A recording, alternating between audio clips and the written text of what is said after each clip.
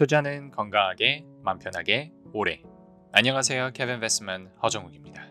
오늘이 하나마이크론의 유무상증자 동시결정과 관련된 정리를 드려보고자 합니다. 5월 17일 날 나온 공시고요. 공시가 정규장 끝나고 나왔습니다. 근데 정규장 끝나고 공시가 올라오자마자 시간에서 바로 하한가를 때려맞는 그런 주가 움직임이 보여서 시장에서 1차적으로는 굉장히 이 뉴스를 부정적으로 해석하고 있는 것 같다라고 전달드릴 수 있을 것 같은데, 오늘이 하나마이크론의 유상증자 그리고 무상증자를 각각 정리를 해드리면서 어떤 내용과 어떤 조건, 어떤 구조로 지금 증자가 결정이 되었는지, 그리고 시간에서 하한가를 맞았음에도 불구하고 주린이 여러분들께서 유상증자에 들어가도 되는 가격인지 한번 살펴보고 개인적인 의견도 말씀드리고, 하지만 이번 유상증자 구조에서 굉장히 우려되는 부분들이 또 하나가 있거든요. 그 부분까지 정리드리는 시간 갖도록 하겠습니다. 네, 먼저 유상증자부터 살펴보시겠습니다. 제가 항상 유상증자 결정이 나왔을 때 여러분들께서 그냥 루틴처럼 보셔야 되는 부분들이 있다라고 말씀드렸죠. 첫 번째는 증자 전 발행 주식 총수에 비해서 신주가 얼마나 많이 발행되느냐 확인하셔야 된다고 말씀드렸어요. 기존의 주식수가 총 5,200만 주 정도 됐습니다. 근데 여기서 500만 주 정도가 추가가 되는 거고요. 10% 조금 안 되겠네요. 그리고 두 번째로 확인하셔야 되는 게 자금 조달의 목적입니다. 자금 조달의 목적, 시설 자금, 영업양수 자금, 운영 자금, 채무상환 자금 등등등 있는데, 이 중에서 유상증자 자체가 주주들 입장에서는 그렇게 달가운 소식은 아니겠지만, 아닌 와중에도 그나마 시설 자금이라든가 타법인 증권 취득 자금에 쓰인다라고 하면은 회사가 뭔가 확장을 하기 위해서 돈을 땡긴다는 의미니까 그나마 좋게 봐줄 수 있다라고 말씀드렸어요. 좀 자세한 숫자 분석은 바로 뒷장에서 말씀드리겠지만, 지금 보니까 얼추 시설 자금 쪽에서 쓰이는 자금의 비중이 가장 많죠. 이건 그래도 좋게 봐줄 수 있는 측면인 것 같습니다. 그리고 세 번째로 보셔야 되는 게 이제 증자 방식이죠. 주주 배정 후 실권주 일반 공모라고 나와 있습니다. 유상증자 하는 방식에는 세 가지가 있다고 말씀을 드렸어요. 첫 번째가 주주 배정, 그리고 두 번째가 일반 공모, 그리고 세 번째가 제3자 배정 유상증자라고 말씀드렸는데, 당연히 주주 배정 유상증자가 그나마 더 바람직합니다. 왜 그러냐면 기존에 있었던 주주들끼리 유상증자를 받는 것이기 때문에, 내가 기존의 내 지분율만큼만 유상증자에 참여한다라고 하면 적어도 내 지분 가치가 희석될 일은 없다라고 볼 수 있기 때문에 주주 배정 유상증자가 그나마 괜찮고, 그 다음이 이제 일반 공모. 일반 공모는 기존의 주주들과 새롭게 들어오는 일반 주주들이 같이 들어오는 거라서 약간의 지분 가치 희석의 가능성이 있다, 이렇게 보시면 되고, 제3자 유상증자가 가장 안 좋다라고 말씀드렸어요. 유상증자는 기본적으로 이사회 결의 사항이기 때문에 이사회에서 제3자 유증을 결정하는 경우에는 기존 주주들이 자기 지분 가치 희석을 막을 수 있는 방법이 아예 주어지지 않거든요. 선택지가 없는 상황이 되기 때문에 제3자 유증에서 뭐 좀 아주 이례적인 상황들을 제외하면 보통 주가가 가장 부정적으로 반응한다는 거 알고 가시면 되겠습니다. 그럼 앞에 숫자들을 한번 정리해드려 볼게요. 기존 주식수 대비해서 신주는 한 9.6%, 10% 조금 안 되는 수치로 증가하고요. 이걸 한 주당 지분 가치가 얼마나 희석이 되느냐라고 보니까 한 주당 한 8.8% 정도의 지분 가치 희석이 발생한다, 이렇게 보시면 될 것 같아요. 그래서 시간에서 지금 하한가 떨어진다는 거는 한 10% 떨어진 거니까 단순 숫자로만 계산을 해봤을 때는 당장 지분 가치가 희석되는 정도보다는 주가가 조금 더 많이 떨어졌다라고 보면 되고, 다만 그렇다고 해서 제가 여러분들께 지금 이 시간의 한가 떨어진 가격에서 사모아도 충분하다라고 말씀을 드리는 것이 아니라, 시장에서는 당연히 숫자뿐만 아니라 여러 가지 심리적인 요소, 어떤 최대 주주에 대한 믿음, 거버넌스, 여러 가지 요소들이 결합이 돼서 주가가 반응하는 것이기 때문에, 이 숫자 하나만 가지고 여러분들께서 바로 유상증자에 들어가시는 일은 없었으면 좋겠고요. 두 번째로 총 조달 금액이 한 1,125억 정도를 조달한다고 하네요. 근데 앞에서 678억 정도였었죠. 전체 조달 금액의 61%가 시설 자금으로 쓰이는 거고, 나머지가 일부가 이제 운영 자금, 일부가 채무 상환 자금으로 쓰인다 그랬어요. 채무 상환 자금으로 자금이 가장 많이 쓰였다라고 했으면 정말 부정적으로 봤겠죠. 이게 부채를 갚을 돈이 없어서 기업이 자기가 하는 사업을 통해서 부채를 갚지 못해서 주주한테 돈을 달라고 하는 거니까, 유상증자 대금이 채무 상환으로 쓰이는 상황에서는 가장 최악의 상황이다라고 보시면 될 거고, 운영 자금도 뭐 그렇게 긍정적이진 않다라고 말씀을 드렸어요. 운영 자금이라고 하면 기업이 경영하는 데 필요한 어떤 경상 비용, 이런 것들을 의미를 할 건데, 그런 쪽으로 가장 많은 포션이 들어가는 상황이었다라고 하면 역시 그렇게 긍정적으로는 봐주지 않았을 것 같습니다. 하지만 이번 하나마이크론의 유상증자 케이스에서는 그래도 61%에 해당하는 금액이 시설 자금 캐파 확장을 위해서 쓰이는 거니까 오케이, 그나마 좋게 봐줄 수 있다라고 볼 수 있겠습니다. 주주 배정은 앞에서 말씀드렸던 것처럼 제3자 유증이나 일반 공모에 비해서는 그나마 기존 주주 입장에서 자신의 지분 가치 희석을 최대한 방어할 수 있는 상황이 되기 때문에 그나마 낫다라고 보실 수 있겠습니다. 다음으로 보셔야 되는 것이 이제 신주 발행가액이죠. 이게 여러분들한테 아마 가장 중요할 거예요. 지금 막 공시가 나온 것이기 때문에 정확히 얼마에 확정 발행이 될지는 지금 결정이 안 된 상황이고 예정 발행가만 나와 있습니다. 그리고 구체적으로 어떻게 발행가가 결정이 될지는 여러분들께서 궁금하시면 이제 공시 들어가셔서 밑에 내려가 보시면은 아실 수 있으니까 참고해 보시면 좋겠고요. 현재 예정 발행가 기준으로 오늘은 말씀을 드려보도록 하겠습니다.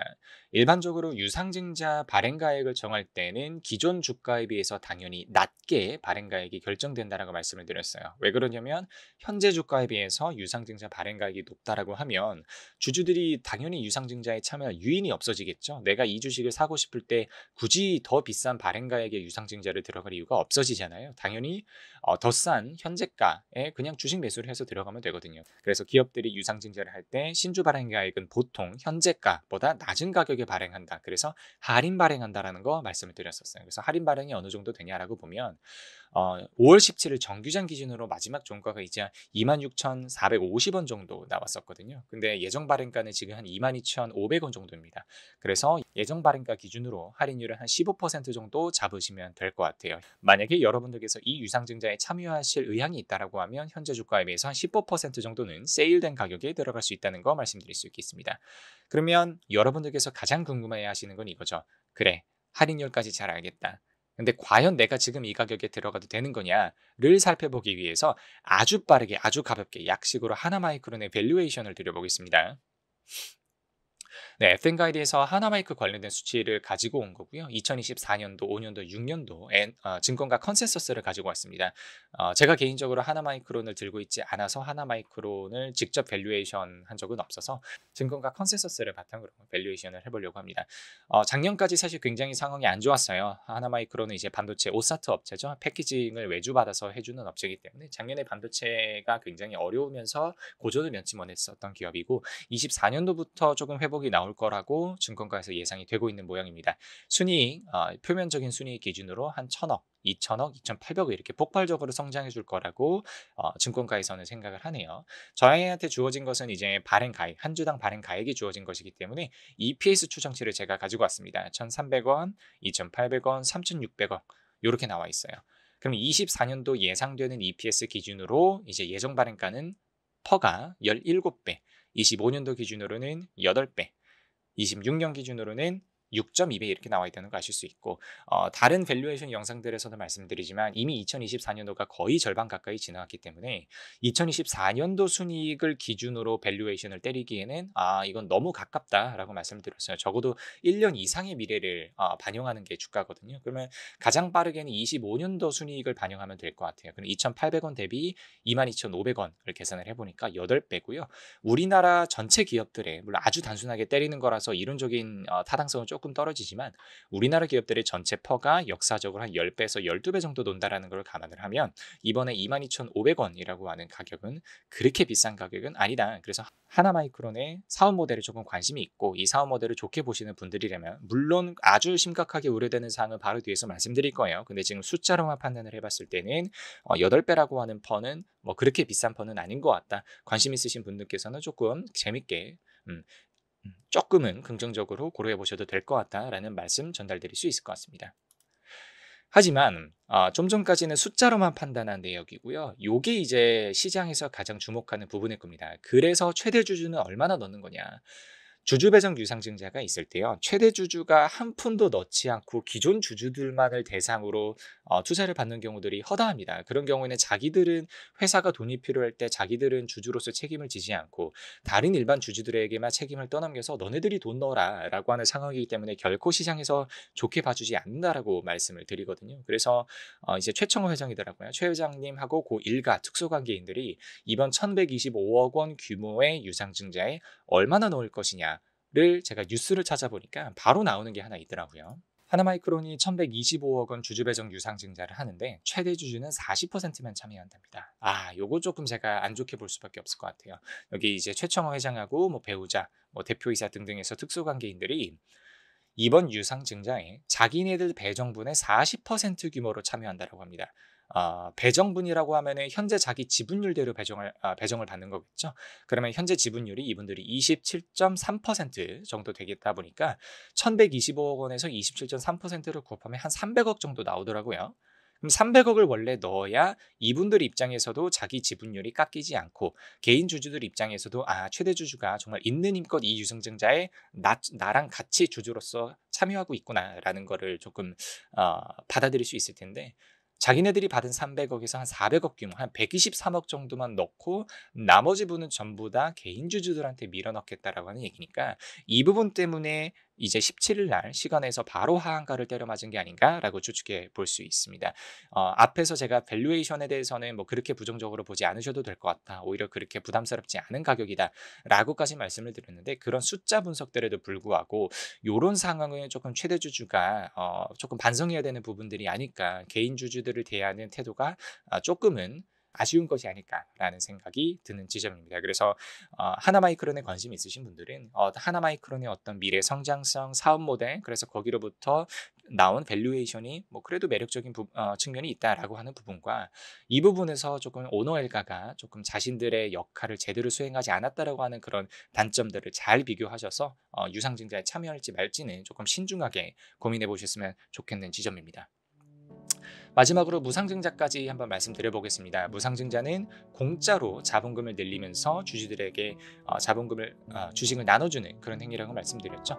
한 주당 여러분들께서 기존의 한 주를 갖고 계셨으면 한 주당 0.15주를 무상으로 배분해준다 라는 거 말씀드릴 수 있겠습니다. 그럼 도대체 무상증자를 왜 꺼냈냐라고 하면 저는 이유는 하나라고 생각을 합니다. 앞에 구조와 같은 유상증자 하나만 꺼내들었을 때는 시장에서 정말 난리가 났을 거예요. 그나마 그 시장에서 느끼는 그런 부담감과 불만을 조금 줄여주기 위해서 무상증자라고 하는 일시적으로 단기성 호재 테마가 될 수 있는 이벤트를 살짝 섞어준 것이 아닐까. 그래서 주주 달래기용이다 라고 분석해 볼 수가 있을 것 같아요. 그래서 이번 무상증자는 규모도 그렇게 크지 않기 때문에 유상증자를 기준으로 보셔야 되고, 그런 유상증자의 구조를 여러분들께서 잘 이해하셔야 된다는 말씀 드리면서 오늘 영상 여기서 마무리하겠습니다. 감사합니다.